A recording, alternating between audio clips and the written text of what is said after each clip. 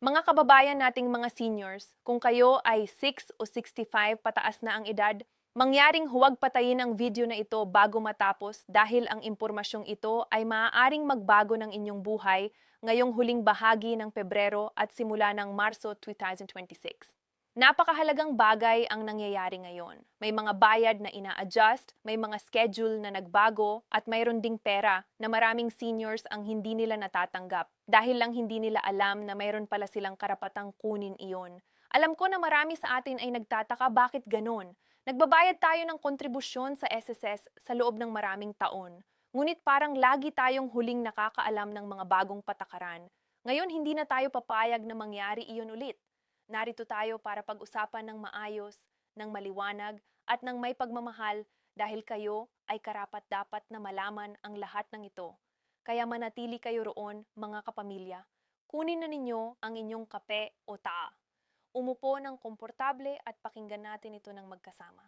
Maraming pera ang naghihintay sa inyo. Kailangan lang nating malaman kung paano ito makuha. Magsimula tayo sa pinakamalaking tanong. Ano ba talaga ang nangyayari sa SSS ngayong katapusan ng Pebrero at simula ng Marso 2026? Ang SSS or Social Security System ay nagpatupad ng mga bagong adjustment sa pension payout schedules at sa minimum monthly pension amounts. Ayon sa pinakabagong impormasyon, ang minimum monthly pension para sa mga qualified SSS retiree ay naka-adjust na at ang ilang miyembro ay maaaring makatanggap ng mas mataas na buwan ng bayad depende sa kanilang bilang ng kontribusyon at ang kanilang average monthly salary credit o AMSC. Para sa mga hindi pa pamilyar, ang inyong pension amount ay kinakalkula batay sa tatlong bagay: ang inyong bilang ng bayad na kontribusyon, ang inyong average na sweldo na na-report sa SSS sa panahon ng inyong pagtatrabaho, at kung ilang dependent na menor de edad ang mayroon kayo. Kaya naman hindi lahat ay may parehong halaga ng pensyon. Ngunit ang magandang balita, nagkaroon ng upward adjustment na nakakaapekto sa maraming beneficiary ngayong 2026. At ang mga seniors na nasa minimum pension bracket ay ngayon ay dapat na tumatanggap ng hindi bababa sa 2,000 hanggang 3,000 bawat buwan mula sa SSS lamang, habang ang mga may sapat na kontribusyon ay maaaring higit paan ng malaki. Ang pinaka-importanting bagay na dapat ninyong gawin ngayon, suriin ang inyong SSS account online sa MySS portal o pumunta sa pinakamalapit na SSS branch at hiling ang inyong statement of account. Huwag hulaan. Tingnan natin ang aktwal na numero. Ngayon, pag-usapan na natin ang napakahalaga ang 900 na payout na maririnig ninyo sa maraming lugar ngayon. Mga mahal na seniors, ang halagang ito ay hindi galing sa iisang pinagkukunan. Ito ay posibleng kombinasyon ng 3 o 4 na magkakaibang benepisyo at ito ang malaking sikreto na hindi alam ng marami. Narito ang breakdown para sa inyo. Una, mayroon tayong SSS monthly pension na maaaring mag-range mula 2,000 hanggang 5,000 o higit pa depende sa inyong record. Pangalawa, mayroon tayong social pension para sa indigent senior citizens na 1,000 bawat buwan mula sa DSWD o 3,000 bawat quarter. Pangatlo, mayroon tayong ayuda or assistance na ibinibigay ng ilang local government units o LGUs sa kanilang mga senior constituents lalo na ngayong Pebrero at Marso na malapit na ang eleksyon. At pang-apat, para sa mga naghintay ng ilang buwan bago i-claim ang kanilang pensyon, may posibilidad na makatanggap ng retroactive o back pay na nagtipon mula noong petsa ng inyong eligibility. Kung ia-add natin ang lahat ng ito, hindi imposible na makatanggap ng 900 o kahit higit pa sa iisang panahon. Ngunit kailangan ninyong aktibong kunin ito. Hindi ito automatikong darating sa inyong pintuan. Isa sa mga pinakakaraniwang reklamo ng mga seniors ay ito: hindi ko alam kung kailan darating ang aking pensyon, kaya pag-usapan natin ito ng malinaw. Ang SSS ay gumagamit ng sistema ng payout schedule batay sa huling digit ng inyong SSS number. Halimbawa, kung ang huling digit ng inyong SSS number ay 1 o 2, ang inyong pensyon ay karaniwang nire-release sa unang bahagi ng buwan, kung 3 o 4 naman sa kalagitnaan, at kung pemba pataas sa huling bahagi. Ngunit mahalaga rin ang paraan ng inyong pagtanggap. Kung sa PesoNet o Instapay kayo, maaaring mas mabilis kaysa sa mga nagpo-pick up ng check naghihintay ng cash card reload. Para sa katapusan ng Pebrero 2026, ang mga may SSS numbers na nagtatapos sa 7, 8, 9 at 0 ay dapat maging handa na para sa kanilang release. At sa simula ng Marso, magsisimula ulit ang cycle. Kaya kung hindi pa kayo nakatanggap ng inyong Pebrero pensyon ngayon habang pinapanood ninyo ito, huwag magpanik ngunit kumilos na. Tawagan ang SSS hotline sa 1455 o bisitahin ang inyong branch para ma-verify ang inyong disbursement status. Isang importanteng paalala, ang mga senior na gumagamit ng Unified Multipurpose ID OID card bilang payment card ay dapat tiyakin na ang kanilang card ay aktibo at hindi expired. Maraming seniors ang hindi nakakatanggap ng pensyon hindi dahil may mali sa kanilang record, kundi dahil expired na pala ang kanilang UMID card at hindi nila alam. Ngayon, kailangan nating pag-usapan ang isang bagay na medyo masakit marinig ang mga posibleng bawas sa inyong pensyon. Una sa lahat, kung kayo ay nakatanggap ng SSS pension at nagtatrabaho pa rin bilang employed individual, may batas na nagsasabing maaaring masuspend o mabawasan ang inyong pensyon. Ito ay tinatawag na Employment Earnings Test. Ngunit para sa mga self-employed o mga may sariling negosyo na nasa 65 pataas, mas maluwag ang patakaran. Siguraduhin na alam ninyo ang inyong status para hindi kayo mabigla. Pangalawa, kung nakatanggap kayo ng overpayment mula sa SSS sa nakaraan dahil sa error sa records o dahil nagpatuloy ang pensyon kahit may kailangan ng ihto, maaaring i-deduct ng SSS ang sobrang bayad sa inyong mga susunod na pension release. Ito ang tinatawag na clawback. Hindi ito biro, nakakaapekto sa buong buwan ng kita ng isang senior. Kung nakatanggap kayo ng abiso tungkol dito mula sa SSS, huwag baliwalain. Pumunta ka agad sa branch at humingi ng payment arrangement kung hindi ninyo kayang bayaran ng sabay-sabay. Pangatlo, ang income tax. Para sa mga seniors na ang buwan ng pensyon ay hindi lalampas sa 30,000 bawat buwan, kayo ay karaniwang exempt sa income tax sa ilalim ng Republic Act when 963 o Tax Reform for Acceleration and Inclusion Law, pati na rin ang RA 9994 o Expanded Senior Citizens Act.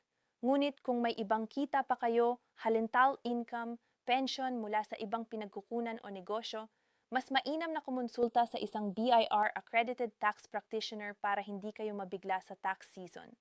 Dito na tayo darating sa pinakamasayang bahagi ng ating pag-uusap.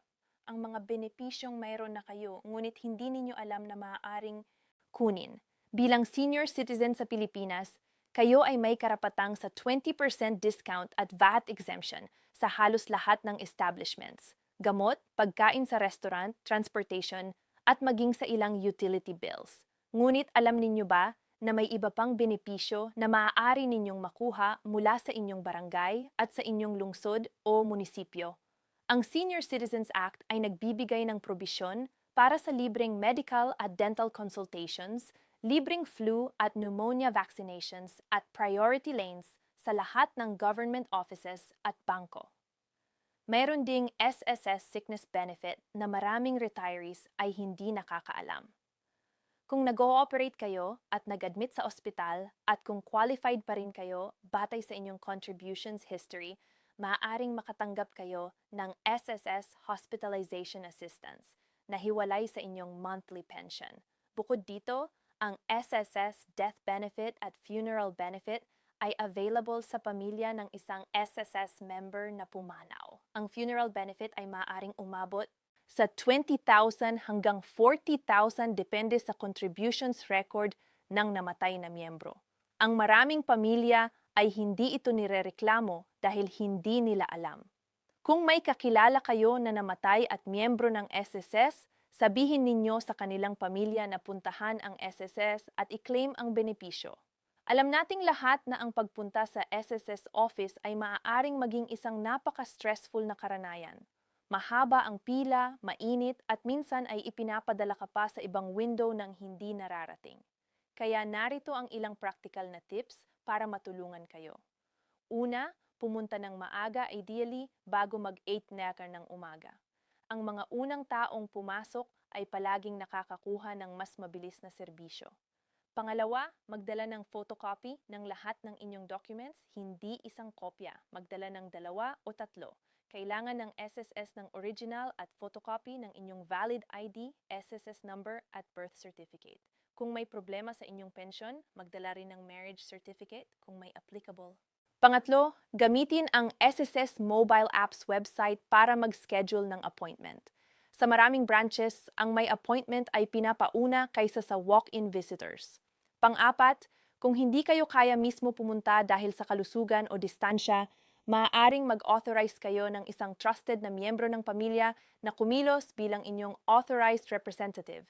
Kailangan ng Special Power of Attorney o SPA para dito. Maaaring makuha ang template sa SSS website o sa inyong pinakamalapit na notaryo. Ngayon, pag-usapan na natin ang estratehiya paano ninyo madadouble ang halaga ng inyong retirement years. Una, kung hindi pa kayo nag-claim ng pensyon at naabot na ninyo ang edad na 60 o 65, huwag na mag-antay pa. Bawat buwan na hindi ninyo ini-claim ay pera na nawawala. Hindi siya nagtitipon na pag inabutan ninyo. Ang SSS pension ay hindi lumalaki kung hindi kayo mag-claim maliban kung may specific na deferment arrangement. Pangalawa, kung meron kayong asawa na naghihirap sa kalusugan o may kapansanan na hindi nakapag-contribute ng sapat sa SSS, siguraduhin na nakalista siya bilang inyong dependent. Ang mga dependent spouse at anak ay may karapatang sa 10% ng inyong pension bilang survivor's benefit kung kayo ay mauna pang pumanaw. Pangatlo, iimbite ninyo ang inyong pensyon ng matalino. Hindi ko ibig sabihin na mamuhunan kayo sa stock market kung hindi kayo pamilyar doon. Ibig kong sabihin, siguraduhin na ang inyong pera ay nasa isang nakakaipon ng interest na account, hindi lang basta iniingatan sa ilalim ng kutsyon. Ang Pag-ibig o HDMF, halimbawa, ay nag-aalok ng special savings programs para sa mga miyembro. At pang-apat, pag-aralan ang inyong eligibility para sa GSIS kung kayo ay dating government employee. Maraming seniors ang may SSS at GSIS benefits sabay-sabay. Isa mula sa kanilang pribadong trabaho at isa mula sa kanilang serbisyo sa gobyerno. Ang parehong benepisyo ay maaaring i-claim ng sabay. Ito ay isa sa mga pinakamalaking nakatagong kayamanan ng maraming Filipino retires. Mga mahal na seniors, bago natin tapusin ang ating pag-uusap ngayon, nais kong sabihin sa inyo ng mula sa puso, ang perang ito ay hindi regalo. Ito ay inyong pinaghirapang kinikita. Bawat piso ng kontribusyon na inyong ibinayad sa SSS sa loob ng maraming taon ng inyong buhay ay natutulog doon, naghihintay sa inyo. Kayo ang may-ari nito. Kayo ang may karapatang kunin ito. Huwag hayaang mag-expire ang inyong MID card nang hindi ninyo namamalayan. Huwag mag-atubiling pumunta sa SSS at tanungin ang inyong record. Huwag palampasin ang quarterly release ng social pension mula sa DSWD. At higit sa lahat, huwag hayaang mangahas ang sinuman na kunin ang inyong pera sa pamamagitan ng scam o maling impormasyon. Kung may kilala kayong senior na hindi pa nakakaalam ng mga benepisyong ito, ibahagi ninyo ang video na ito. I-share ninyo ito sa inyong grupo, sa Viber, sa inyong mga anak, sa inyong mga kapitbahay. Ang isang tao na naalan ninyo ngayon ay maaaring makakuha ng pera na akala niya ay wala na. Salamat sa inyong oras, mga kababayan. Ingatan ninyo ang inyong sarili. Ingatan ninyo ang inyong pamilya at huwag kalimutang i-check ang inyong SSS account ngayong linggo na ito. Mahal kayo at palagi tayong magkakasama sa pagharap sa mga hamong ito. Hanggang sa muli.